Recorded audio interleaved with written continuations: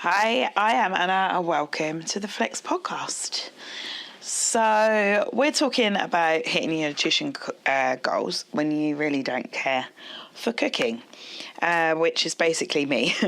I love eating a lot, but I do not really care about cooking.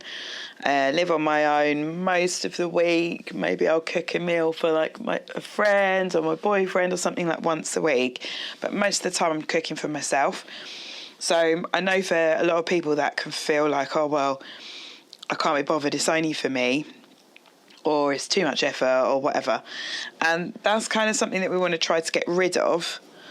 And part of the way that I do that anyway is by being like, everything needs to be able to be ready in 15 to 20 minutes, and I cannot stand there and cook it. I have to be able to just go and fart around doing something else. I can't just stand there.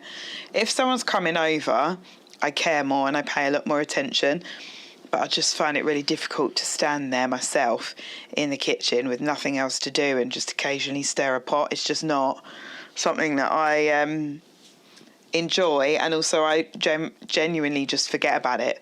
I'll put it on and I'll be like, oh yeah, shit.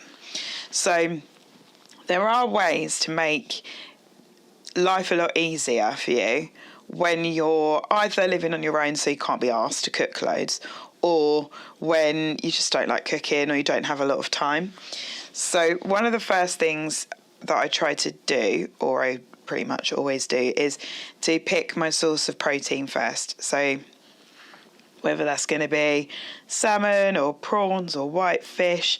So I use a lot of like pre-prepared chicken, you know, when someone else has already marinated it and seasoned it, purely because every time I've ever tried to make my own chicken, it tastes like a dry piece of crusty arse. So I prefer it when someone else has bothered and it can go in the air fryer. Also things like, I'm all right at things like spaghetti bolognese and chili, because obviously you make it, you cut up a few bits, throw it in, brown the mince, and then you just leave it to cook. So I do quite a lot of that. So I'll batch cook like a spaghetti bolognese, portion it all up and then freeze it. So something that's really easy to like pull out and defrost. All the steak, all the white fish, and then veggie burgers.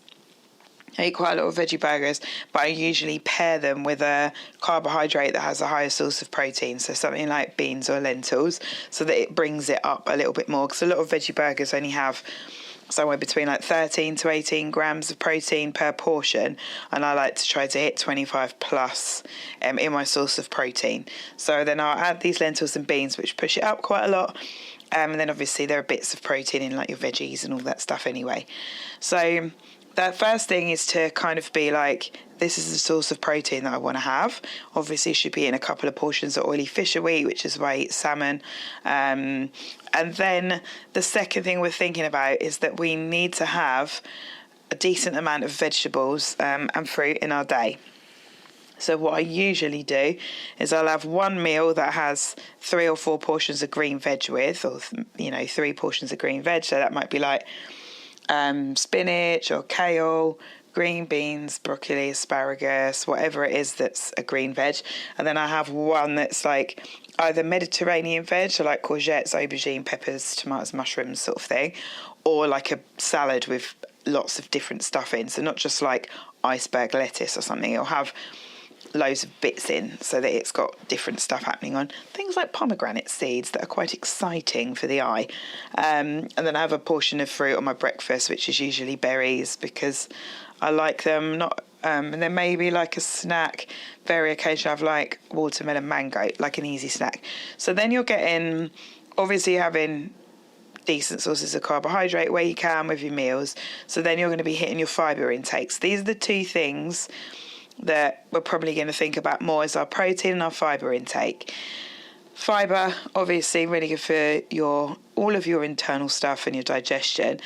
And obviously, we want to eat a lot of veg because we need all those different colours and we need the nutrients, the antioxidants and all that stuff from our veg intake as well.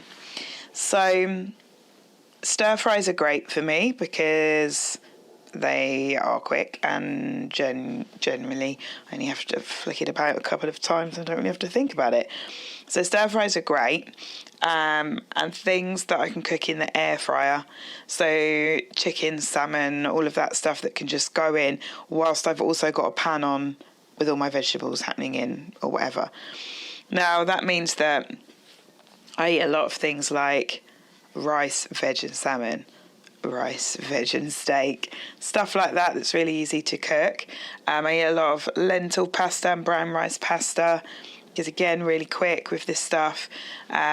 Sweet potato, because you just chop it up right in the pan, oil it, mash it, whatever, roast it in the air fryer, whatever works for you. But this is the thing, it doesn't have to be like wildly crazy, and with a bit of seasoning or a sauce or whatever, it can end up being quite a tasty meal.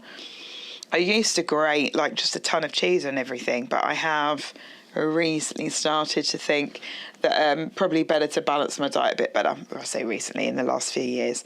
So these days I do still eat cheese, but I'll just make sure that I'm not eating tons of it. It's like 20 grams on, 30 grams on, whatever. Now, I know that when you're starting from absolute scratch, it can feel a bit overwhelming. Also, can I just add a caveat as well to this, or a little mention? I'm gluten-free, so generally I don't really think about sandwiches as something that I'm that bothered about. Like, I'll have them sometimes, don't get me wrong, or like scrambled egg on toast or whatever. But I don't think I was ever hugely bothered, but because gluten-free bread is a bit average and most of it doesn't stay in one piece in a sandwich, I don't really think about it. But I realised that you might.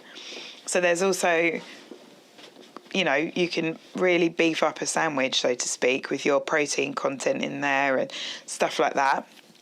And then just having bits on the side. And this is another thing. So I think we get set in our brain over what goes with what. So like, someone might think, oh, yes, I'm having spaghetti bolognese, so I'm going to have pasta, the bolognese, and then obviously there'll be bits of veg in the bolognese, right? So you've got chopped tomatoes, mushrooms, whatever, onion, all that stuff. But then they'll be like, right, so that's going to be with garlic bread. And that's fine. That's fine. I love garlic bread. But I try to think it doesn't actually have to be with those things. It might be that sometimes I'm having a chili and I'll have it with green veg, for example. And I know my friend Tats does that as well, because we know we need to get our veg in, and we know that maybe that day I'm not training, so I know I already ate loads of carbs at lunch, so I probably don't need them later on. So then I might have like all the veg with it, rather than thinking, oh yeah, well this must go with the rice because it's a chili. So it's just trying to kind of like unpick your brain a bit and say, just because this is what I have always done doesn't mean it's what I have to do going forward. And sometimes it is a case of being like, I know that I haven't eaten enough veg today, so I've got to prioritise getting some bloody veg on my plate later. And the thing is, like, when you're a kid or when you're a teenager or whatever, you obviously only want to eat things that you think are tasty, especially when you're a teenager, I think, because you're sort of not getting told what to eat so much. You can eat whatever you want. So then whatever you want is like 700 McDonald's. But when you get older, we've got to prioritise our health a little bit. Like, I'm over 40 and I want to make sure that my body stays in full working order, and that I don't want to feel more tired than I did when I was younger. I want to feel just as strong. I want to feel just as energetic. I don't want to have a sluggish digestion. I don't want to be constipated. I don't want to be uncomfortable because I'm not treating myself well enough. And to do that, we have got to make a bit of effort. And I'm not saying you can't ever eat the stuff you want to eat. Like, believe me, yes, last night I ate a bag of Cadbury's orange chocolate buttons, them big ones, amazing. Made me feel very happy. But I'd also eaten a roast dinner my mum made, obviously, not me, with like 4 different types of veg in, and I'd also made sure that I have veg with my breakfast. Like, we had avocado, mushrooms, all that kind of stuff. So you can still eat the stuff you want, but it's just like, on balance, what's important to me today. Yeah, it might be going out with friends for like 85 beers and a curry later on, but for my lunch then, probably need to get some veg in, for example. probably worthwhile having like a nice high protein and 3 or 4 different types of veg with it, just to make sure that we're going into the night we're still covering our bases. We haven't always got to be like eating this perfect diet at all. Like, our body is quite a flexible thing, but we do need to look after it on a, roughly daily basis, because we still want it to work well and we still want to feel good and all that stuff. So don't feel like it's an all or nothing situation. It's not. It's just trying to get that bit of balance. And when you don't like cooking and you're not that bothered about it, it can feel like a bit of an ag, but it is doable. And it can be as simple as, to start with, for sure, like, if you're like, I get home late, so all I really eat is like breaded chicken, and then I just dip it in some mayonnaise or dip it in ketchup or whatever. That's all I've got time for. That's cool, but your breaded chicken's got to be cooked, so you're going to put it in the air fryer, so it's going to be 12 minutes or whatever, 14 minutes, I don't know. So whilst that's happening, why can't you quickly throw some veg on in a pan next to it, or air fryer peppers and mushrooms with it, or something? You can throw a bit of kale in there, last 2 minutes is in the air fryer, anything, just to make sure that you're getting at least a portion in, 2-3 portions of that meal, so that you're covering your bases a little bit more and looking after your body for what you're asking for it. Because obviously, I'd say if you're on this podcast, it's probably because you're interested in exercise in some way, and our body needs to be fueled well for that, and we want to get the most out of the workout, and part of that is making sure that we're eating all right. So whether that's making sure that our digestion's working so we don't feel manky while we're trying to work out and our gut doesn't feel awful, or whether it's making sure that we're eating enough protein because we want to feel strong, we want to maybe we want to look more toned, whatever it is, we want to make sure that we are at least bothering a bit. And it can come in stages. So when you first start, it feels like a massive ag. Then you get a few meals locked down. You're able to eyeball your plate a bit more, so it doesn't take so much effort to try and work out how much of everything you need. And I think, obviously, it's much harder if you're vegan. I don't have any experience of being vegan, so I'm not going to go on about it from a personal point of view. But that's one of the reasons why it's, when you pick a source of protein, like a piece of salmon or a chicken breast or a portion of chili or whatever, you know that your protein is done in that meal when you pick something easy like that. And that, I think, in itself can be tricky, especially if you're used to like express food, because a lot of people are like, right, I'm starving, get me a bowl of pasta, throw it in, cooked, done in 12 minutes, bit of sauce on there, bit of cheese, done. But actually, at the same time, we can throw in a piece of salmon or some white fish or whatever it is that we're going to have, even putting a can of tuna in, anything to like increase our protein. And then at the same time, if you're eating green veg, all you've got to do is top and tail some broccoli, green beans, and then wash a handful of spinach to throw in. Like, we don't have to be like, sitting there and drizzling a lemon juice dew over bloody broccoli sprinkled with sesame seeds. I don't know, I just made that up, sounds horrible. But you know what I mean? It doesn't have to be this wild thing. It can literally just be, I need to hit all my goals. I need to do it in a way that doesn't taste like the floor. How can I do that?